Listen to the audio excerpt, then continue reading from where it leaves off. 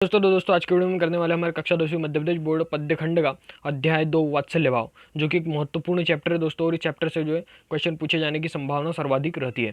ठीक है, तो इस चैप्टर में जो है दो पद्यांश हमें दिए हुए। सबसे पहले दी हुई है कवितावली, जिसे लिखा तुलसीदास ने, जो कि भगवान राम के बाल्य जीवन पर आधारित है। और दूसरी आपके सोए हुए बच्चे से, जिसे लिखा है हरिनारायण व्यास ने, जो कि एक छोटे से बालक की जो पूरी गाथा बताती है कि किस प्रकार छोटा सा बालक बड़े होते होते किस प्रकार की कठिनाइयों का सामना करता है।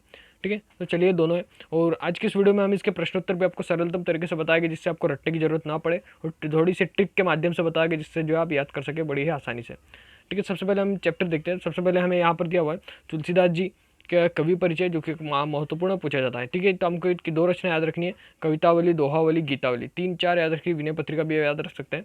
क्यों? क्योंकि ये जो है हमें कवि परिचय पूछा जाता है 4 अंक के लिए, तो वहाँ पर अगर हम 2 लिख देते हैं तो 4 में से हमें 2 अंक मिल जाते हैं। उसके बाद में आपको भाषा बोध, काव्य बोध लिखना होता है। लेकिन अगर आप इनकी 2 रचना याद कर लेते हैं तो आपको दिक्कत नहीं आने वाली है, एग्जाम में आपको मदद करेगी। ठीक है, और अगला था आपका हरिनारायण व्यास जी, तो इनकी भी आप 2 रचनाएं देख लीजिए। दूसरा सप्तक ये उनकी रचनाएं हैं। ठीक है, तो देख लीजिए आप। सॉरी, हरिनारायण जी की रचना ये है मृग और तृष्णा और त्रिकोणों पर सूर्योदय। ठीक है, आप ध्यान में रख लीजिए। उसके बाद आता है हमारा केंद्रीय भाव, जो कि हमें पढ़ने की कोई जरूरत है नहीं। ठीक है, उसके बाद आती है हमारी कवितावली। ठीक है, तो इसमें दिया गया है कि भाई अवधेश के जो अवधेश के जो द्वार है, उस पर जो उनके राजा थे, अवधेश के राजा यानी राजा दशरथ जी, उनके पुत्रों का यहाँ पर वर्णन किया गया है कि किस प्रकार से राम और उनके जो 4 पुत्र हैं वो किस प्रकार से रहते हैं, उनकी मान सम्मान कितना है, उनका बाल्य जीवन कैसा था, और बहुत सारी चीज़ें इसमें दी हुई है। ठीक है, तो आप बड़े आराम से इसे पढ़िएगा। ठीक है, और ये ब्रज भाषा में दिया है पूरा। उसके बाद आता है हमारे हरिनारायण व्यास जी की जो पद्य खंड सोए हुए बच्चे से। ठीक है, तो ये उनके थोड़ा सा उन्होंने बच्चों का जीवन की मेरे ख्याल में इतनी खूबसूरती नहीं है। ठीक है, बच्चों के बारे में कहा है, तो चलिए इन्हें भी पढ़ने की कोई जरूरत नहीं, हम सीधा प्रश्नोत्तर की ओर बढ़ते हैं। ठीक है, तो हमारा प्रश्नोत्तर आ चुके हैं, तो चलिए हम इस प्रश्नोत्तर को तो आंसर की में खोलते हैं। तो चलिए हमने जो इसे आंसर की में खोल लिया है। ठीक है, अध्याय 2 वात्सल्य भाव। ठीक है, इसकी लिंक आपको डिस्क्रिप्शन बॉक्स में मिल जाएगी। तो चलिए हम प्रश्नोत्तर देखते हैं। सबसे पहला प्रश्न है आपका कि सखी प्रातः काल किसके द्वार पर जाती है। ठीक है, तो ये तुलसीदास जी ने कहा है कि सखी प्रातः काल राजा दशरथ के द्वार पर जाती है। जो भगवान राम जो थे उनके पिताजी यानी राजा दशरथ के द्वार पर जाती है सखी प्रातः काल। अब देखिए इसे याद करने की ट्रिक देखिए आप। अब आपको क्या करना है, देखिए अगर आपको इसे याद करना है तो प्रश्न में ही, ठीक है, आप जो उत्तर को भूल जाइए आप। ठीक है, सबसे पहले हम उत्तर हाइड कर देते हैं, और उत्तर हाइड करने के बाद आपको जो इस क्वेश्चन में और एक चीज़ हाइड करनी है, और वो है सखी और प्रातः। ठीक है, इसे भी हम जो है हाइड कर देते हैं। ठीक है, उसके बाद देखिए आपके सामने क्या बनता है, क्या बचता है कि काल किसके द्वार पर जाती है, यानी काल जो है किसके द्वार पर जाता है। अब जो आपको ध्यान रखना है कि भाई काल किसके द्वार पर जाता था, तो काल आपको याद आ रहा होगा रावण के द्वार पर। और रावण के कितने सारे थे, 10 सिर थे। तो 10 से आपको याद आ जाएगा कि भाई राजा दशरथ। ठीक है, तो इस प्रकार से आप राजा दशरथ इसे याद कर सकते हैं। चलिए हम इसे हटा देते हैं। ठीक है, आपको काल से याद रखना है, काल किसके द्वार पर जाता है, तो काल किसके द्वार पर जाता था, रावण के, क्योंकि काल को जो है रावण ने वश में किया था। ठीक है, वश में किया था, तो भाई काल रावण के द्वार पर जाता है। रावण के कितने सिर थे, 10। तो 10 से आप राजा दशरथ याद कर सकते हैं। रटने की जरूरत नहीं है, क्योंकि अक्सर जो है बच्चे इसे एग्जाम में भूल जाते हैं कि भाई सखी प्राता किसके द्वार पर गई थी, क्या पता। तो रावण से आप 10 सिर उसके राजा दशरथ याद रख सकते हैं। ठीक है, अगला क्वेश्चन था आपका कि बालक राम किस वस्तु को मांगने की हट करते हैं, तो बालक राम जो है चंद्रमा मांगने की हट करते हैं। ठीक है, अब चलिए हम इसे आंसर को हटा देते हैं, और इस आंसर हटाने के बाद आपको इसे याद रखना है कि भाई राम किस वस्तु को मांगने की हट करते हैं, तो भाई राम के बालक जीवन के बारे में यहाँ पर हमें बताया गया है। ठीक है, राम भगवान के जो है बालक जीवन के बारे में बताया गया। और एक स्टोरी आपने सुनी होगी हनुमान जी की। ठीक है, जब हनुमान जी भी छोटे थे तो उन्होंने क्या किया था, एक चीज को निगल ली थी। वो चीज आप गैस कीजिए, वो थी चंद्रमा। उन्होंने चंद्रमा को निगल लिया था।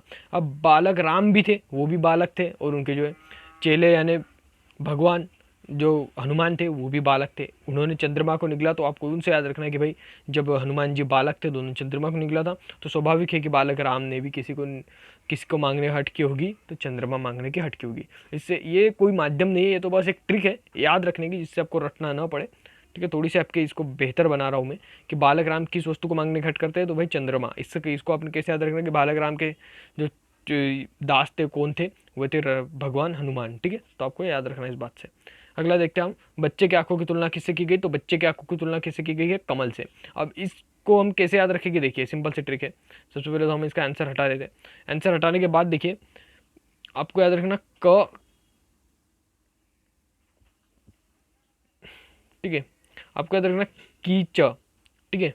जब हम की और उसके बाद में दिया है बच्चे, तो ठीक है कीच, तो कीचे क्या याद रखना आपको, कीचड़। ठीक है, कीचड़ में क्या उगता है, कीचड़ में उगता है कमल। ठीक है, कीचड़ में क्या उगता है, कमल, तो इसका आंसर क्या आएगा हमारा, कमल। ठीक है, वैसे तो बुक में आपकी बच्चों की आंखों की तुलना कमल से की गई, इसका पूर्ण वर्णन है, लेकिन हमें ट्रिक कैसे समझना है कि भाई ये जो की बच्चे की दिया हुआ है इसको आपको कर देना है उल्टा। ठीक है, और उल्टा करने के बाद आपका बन जाएगा कीचड़, और कीचड़ से आपको याद रखना है कमल। ठीक है, कीचड़ से आपको याद रखना है कमल। ठीक है, उसके बाद आपका सखी ठगी सी क्यों रह गई, तो सखी ठगी सी क्यों रह गई थी।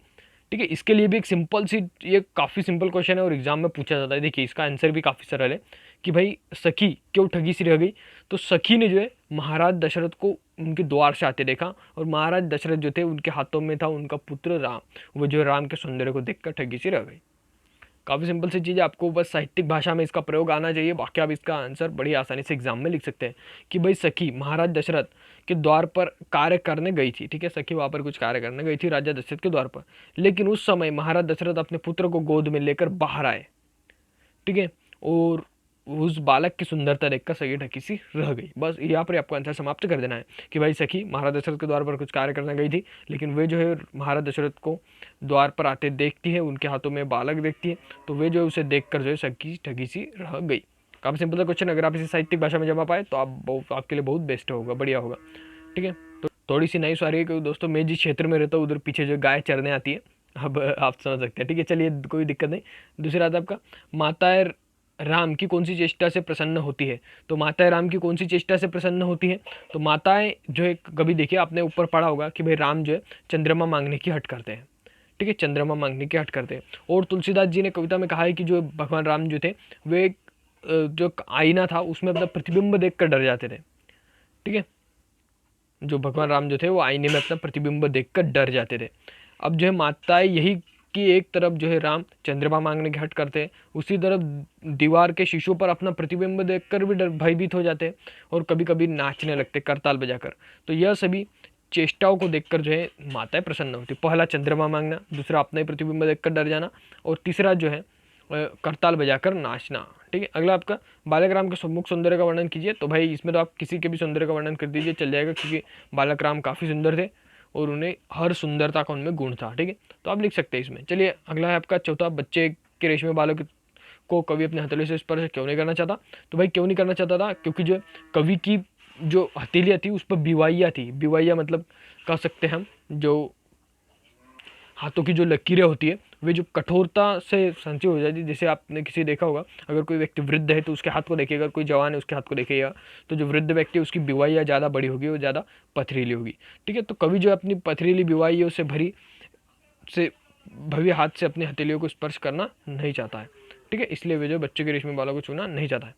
ठीक है, उसके बाद आता है दीर्घोत्तरीय प्रश्न, जिन्हें आपको करना ही नहीं है, क्यों छोड़ दीजिए। उसके बाद आपको इंटरेस्टिंग जो आपको मेरे को लगा दीजिए।